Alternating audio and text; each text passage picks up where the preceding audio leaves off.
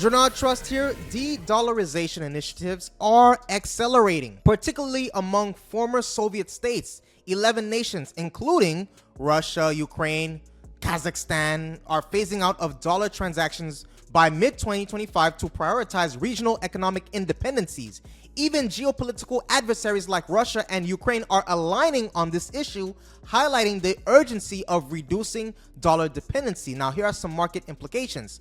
There's currency and bond markets, right? The US dollar index hit 3-year lows in April 2025, while treasury yields remain elevated, reflecting diminished demand.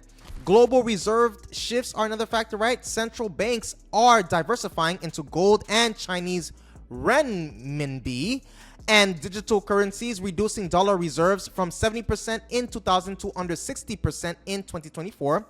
The economic risks are a sustained exodus from dollar assets could raise US borrowing costs, exacerbate debt challenges, and weaken the effectiveness of financial sanctions.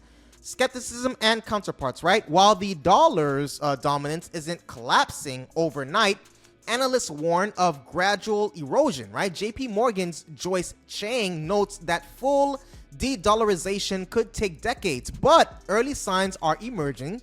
Gary Huffbauer predicts a 5% decline in foreign central bank dollar holdings, citing the absence of a viable alternative currency as a limiting factor, right? Now, the long-term outlook, the dollar's status faces structural threats. So, overuse of sanctions prompting nations to seek transactional alternatives, U.S. debt sustainability concerns undermining confidence, technological advancements enabling non-dollar payment systems, right? So, as Trump's isolationist policies strain alliances, right? Europe and other regions are actively exploring ways to reduce dollar reliance, creating a feedback loop that could accelerate de-dollarization. So while the dollar remains entrenched in global trade, its unchallenged supremacy is increasingly contested. Now, how will de-dollarization impact global trade? Trade currency shifts emerge of alternative currencies, right? Countries are increasingly adopting non-dollar currencies for bilateral trade. China now settles Russian energy imports on yuan, while Brazil and Saudi Arabia have signed yuan denominated trade agreements. So BRICS nations are also promoting local currency settlements, though a unified BRICS currency remains unlikely in the near term. Regional blocks and payment systems, so new financial infrastructures like China's CIPS, cross-border interbank payment system, and Russia's FS, like the system for transfer of financial messages, aim to bypass dollar-dependent systems like SWIFT.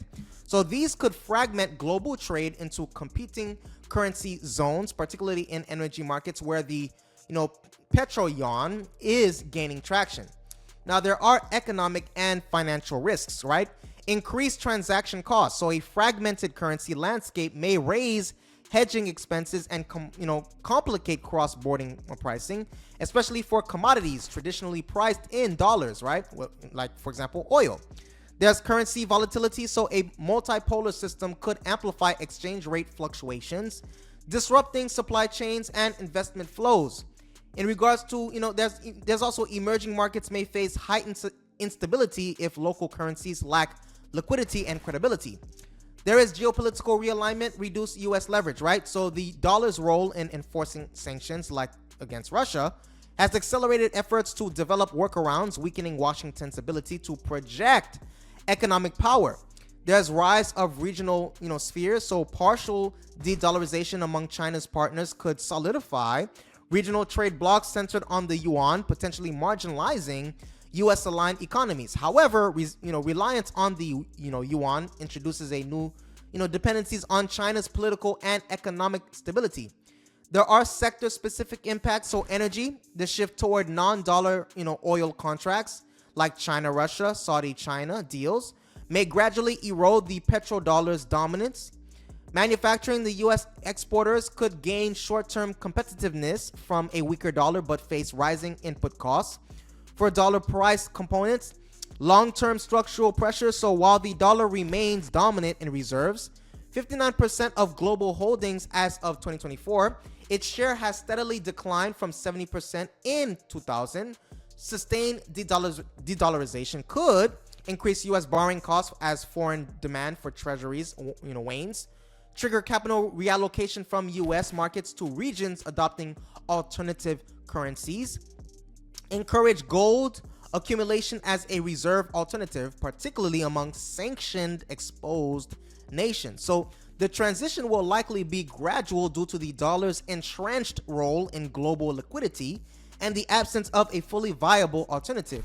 However, even partial de-dollarization risks, bifurcating trade networks, complicating monetary policy coordination, and reshaping geopolitical alliances. Now, the potential benefits for countries abandoning the US dollar: there's reduced vulnerability to US sanctions by shifting away from dollar-denominated transactions. Nations like Russia and Iran can circumvent US financial sanctions, which rely on control over dollar-based payment systems like SWIFT. For example, Russia now conducts 70% of its trade with China in rubles and yuan, insulating bilateral exchanges from Western sanctions. Now, there's currency stabilization, so countries like Malaysia and India seek to stabilize their national currencies, ringgit, rupee, by reducing dollar dependency in trade. This minimizes exchange rate volatility linked to dollar fluctuations and lowers the need for costly currency hedging. There's cost savings in trade bypassing the dollar, eliminates conversion fees, and reduces reliance on U.S. financial intermediaries. So Brazil and China's agreement to trade in their own currencies, for instance, cuts transaction costs for businesses in both nations. Now, geopolitical autonomy, right? De-dollarization enables nations to reduce political leverage, exerted through dollar dominance. So BRICS countries expanded in 2023 to include Iran, UAE, and others, are exploring a shared currency to counter Western economic influence. Regional alliances like Southeast Asian nations are similarly prioritizing local currency frameworks. Diversified reserve countries like Egypt and Kazakhstan are diversifying reserves into yuan, gold, or cryptocurrencies to mitigate risk from dollar depreciation or U.S. monetary policy shifts. This aligns with the global decline in dollar reserves from 71% in 1999 to 59% in 2021. Now, there's enhanced regional integration, so initiatives like Argentina and Brazil's proposed SIR currency, or India, Bangladesh rupee taka trade agreements strengthen regional economic cohesion, reducing dependency on external currencies. Technological innovation, blockchain-based systems, and digital currencies like the Iran's gold-backed crypto offer alternatives to traditional dollar networks, fostering financial innovation and sovereignty, which other countries might follow the former Soviet states in de-dollarization. So the de-dollarization movement, led by 11 former Soviet states: Armenia, Azerbaijan, Belarus, Kazakhstan, Kyrgyzstan, Moldova, Russia, Tajikistan, all these kinds of Ukraine, could inspire similar shifts in other regions, particularly among nations prioritizing economic sovereignty or facing geopolitical friction with the US, right? Again, you have BRICS and partner nations. Iran, already under heavy US sanctions. Iran has deepened non-dollar trade with Russia and China, including gold-backed cryptocurrencies, right? So as BRICS member, it is actively promoting alternatives like the BRICS Pay system for local currency settlements. So India, while maintaining ties with the US, India has expanded rupee-based trade with Bangladesh, Sri Lanka, and others, and signed agreements with China and Brazil to bypass the dollar. Saudi Arabia and UAE both have conducted oil transactions in yuan and joined BRICS, signaling openness to diversifying away from the dollar dependencies, right?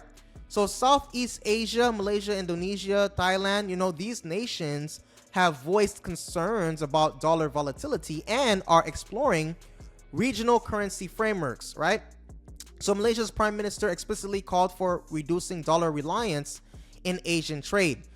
That is what I have here today. Please take a moment right now to hit that subscribe button and the like button. If you like this video, you gain value from it, and you want more videos like this, let me know by hitting that subscribe button and the like button. Also, hit that notification bell. Also, let me know your opinion on this news in the comment section down below. Stay safe. See you on the next video.